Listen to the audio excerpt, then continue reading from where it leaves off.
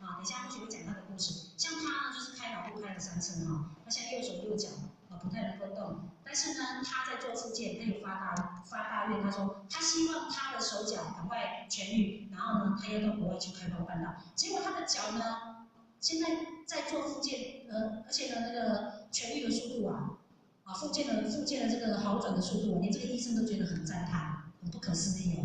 好，我们来看一下，接着呢。各位浅显，我们要怎么做？或许要教你们怎么做，要快马加双鞭，对不对？那菩萨说不怕慢，只怕什么？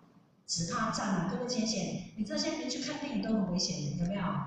有没有看到那个美国在看电影就变，看他以为是什么？以为是那个音效，对不对？很可怕。或许就是说幕后的众生像那个正言法师他就讲过，他说幕后的众生很多都有什么因果病，所以呢，先佛也慈悲讲过，他说21世纪是什么？精神病的世纪，对不对？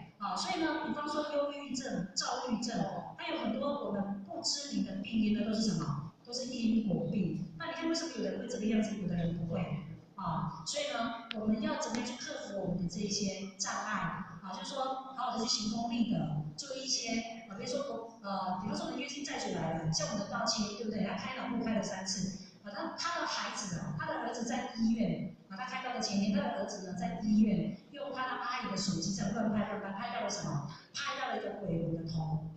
所以你看他的头部就是有状况，开刀。可是后来呢，他每天都摸他的头，他就跟他的月经债主说，请你呢给我一条生路我过去生呢可能做了对不起你的事情，但是我真心跟你忏悔，而且呢我很想要修道办道，所以请你成就我。他还是有开刀，可是很多人开脑部开1次就过，就可能就是贪，对不对？可能就不省人事，不认得亲人，可是他没有，他非常的清醒，他开了3次刀现在还是很 OK 了。所以说快马加双鞭，因为仙佛愿意等我们，不见得我们的冤亲债主愿意等我们好，千里之行，始于足下。各位浅显，我们。